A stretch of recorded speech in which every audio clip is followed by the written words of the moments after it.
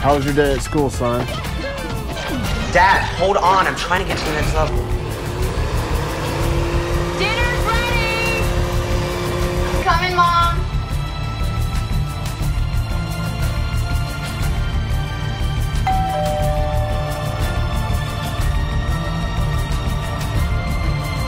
I'm here to take your daughter out.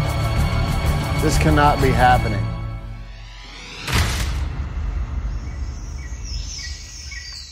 Let me tell you what we're going to do this weekend as we wrap up our Fam versus Wild series. How many of you have enjoyed this series? I think it's been awesome. We've got some great feedback.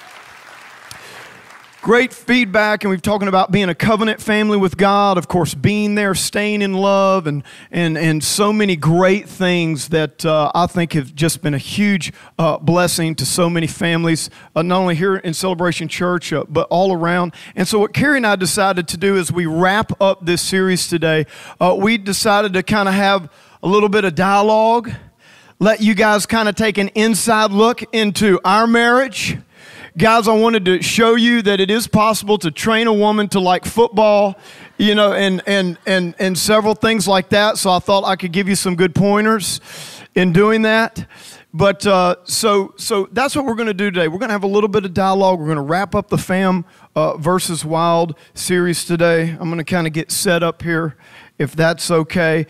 And what I want to say, first of all, is this. You know, you don't have to be special to have a great marriage. A lot of people think that, you know, you've got to be some kind of special person, or like, you know, either the husband or the wife has to be this super holy or super merciful type of person to have a special marriage. That's just not true. The key to having a great marriage is both of you just wanting it. You've got to want it. You've got to want it. And the challenge in our culture, in our society nowadays, when people come into marriage, they're usually carrying so much baggage and so much hurt and so much garbage from the past, and they bring that into the marriage, and so it develops all these patterns and filters and conflict, and people just have difficulties working through those things. But here's what I want to say about that, okay? If you love God, and you love your spouse, and you make that commitment, and you decide that you both want it, you want a great marriage, and you want to stay in love with that one person for the rest of your life, I'm telling you, you can have a great marriage, and God can work all of those things out. You know, there was a recent study done, listen to this, a recent study was done with people that described their marriages as like beyond bad, like very bad, or on the verge of divorce. And for the couples that chose to stick it out 3 to 5 years after they said they had a very bad marriage, if they stuck it out and worked through some issues 3 to 5 years later, 80% of those people said they had a very good marriage.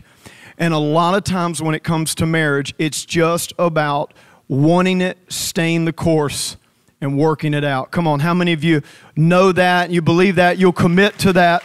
And so what we did this week, if you follow me on Twitter, which I encourage you to follow me on Twitter, you can see I tweet pictures too of, you know, ducks I kill and stuff like that. That might be fun for some of you guys. But if you follow Carrie and I on Twitter or Facebook, we sent out, we said, hey, send in your questions today, for today. So we're going to kind of do some Q&A. And Carrie, one of the main questions that you got was about time and balance. About time and balance. They're like, man, I got all this going on with my kids, and how do I really make time, like Pastor Stovall was talking about being there, how do I make time, and how do you balance? Yeah, that's a great question. And it's one I get from people in every season and stage of life, people that are single, not married, people that have kids, don't have kids, working, not working. Every single one of us really has trouble with this aspect of our life, no matter what stage you're in. And I just have come to the conclusion, and I think we have in our family, that balance is an illusion. I mean, I don't think really effective people live balanced lives. Especially if someone is an imbalanced person, such as myself. No. The truth is that you have to learn the art of intentional imbalance. And what that means to me is that you're tilting your life toward those things that return strength to you as much as possible. You know, there's times that you can work a 6-hour day and it sucks the life out of you, but there are times that you can work a 12-hour day and you feel energized at the end of it. And the difference between those two things are doing what's important to you versus things that you don't like. Now, all of us have to do things that we don't like in life. Most of us are not energized by housework or mowing the lawn or filling out paperwork and doing our taxes. But as much as possible, rather than trying to achieve perfect balance across the board, which isn't even desirable in most cases, if you think about it, would I want to give the same amount of attention to the laundry as I give to my kids, as I give to my husband? Do I want to give the same amount of attention to sports as I give to church? No, all of those things require different levels of balance. So truly balance, where everything gets the same amount of attention, that's not even desirable. So what I've learned to do is and as a family, we've learned to shift our weight and our balance toward the things that return strength to us. And so that's just taking a little bit of being in tune with yourself and knowing kind of where your, strength zone is and leaning your life in that direction. And I'll give you sort of a visual example. Imagine the big buckets or areas of your life as jars that are filled with water. And let's say that you've got family, church, spouse, kids, whatever those big buckets are to you. And take the 2 or 3, maybe 4 things that you have to keep filled at all times. They have to always remain filled. They cannot go empty. So for me, that's going to be my marriage, my kids, and maybe obviously my relationship with God. I'll move those things forward. I put all my energy into keeping those things filled. I take the other things and I put those toward the back, and I have to be content to let those go down. And when they need attention, I'll bring them forward, fill them up, and then put them back there. And those jars that are at the front that are filled with water, that's how I intentionally imbalance my life toward those things. And it rotates and changes throughout the seasons of my life. And so that's how I kind of deal with the issue of balance. What about for young couples out there? Are y'all going to clap for her every time? Y'all don't ever clap for me. I gotta beg y'all for a clap, and now you're gonna get a clap talking about a jar. All right, so it's a good example. It's a great example. No, Carrie, this is a big one, especially for young couples.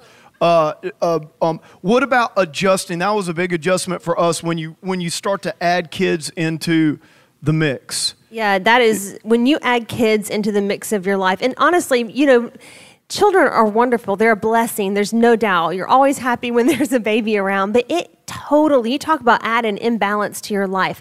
So what you have to do whenever you have kids, one of the things that I noticed is that, first of all, what do I have here? Oh, you just have to, first of all, understand that kids are going to change the dynamic of your marriage. When you add children to the mix, your marriage will not be the same. Throw your old marriage out the window because it's not going to be the same.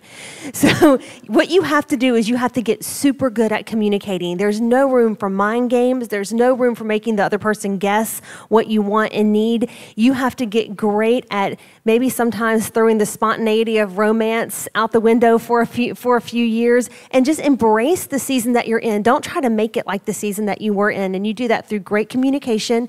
And, you want me to go through here? Yep, always be tweaking. And then adjusting what your systems that you have in place to help you organize your family. You have to constantly be tweaking those things throughout life. And how would you say because it was a trouble for me, because I'll be honest, guys, when we had our kids, I just was like, okay, well, Carrie's going to, she's going to be with the baby and all that kind of stuff. And so I didn't really think it affected me.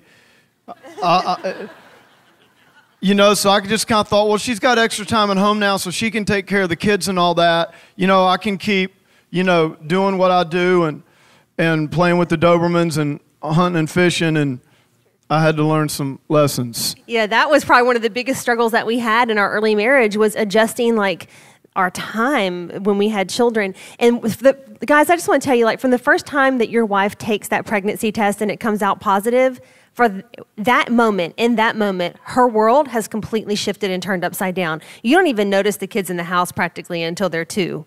But we start that whole journey the minute that the pregnancy test comes back positive. Our whole life is convoluted. And so what really we need you to do as women, your wife in those years where she's having babies, she is leaning on you more than you will ever know. And especially if she's coming out of the workforce and into the home, there are all kinds of things that go with that. There is maybe a feeling of guilt for not contributing financially. There's maybe a sense of isolation because she's not seeing adults during the day.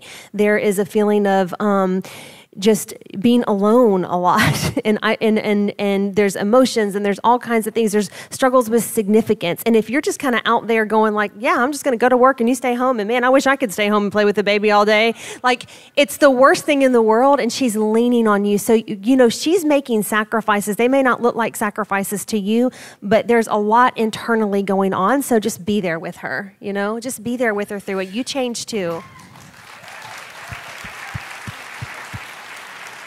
So Stuff all caught up around Annabelle.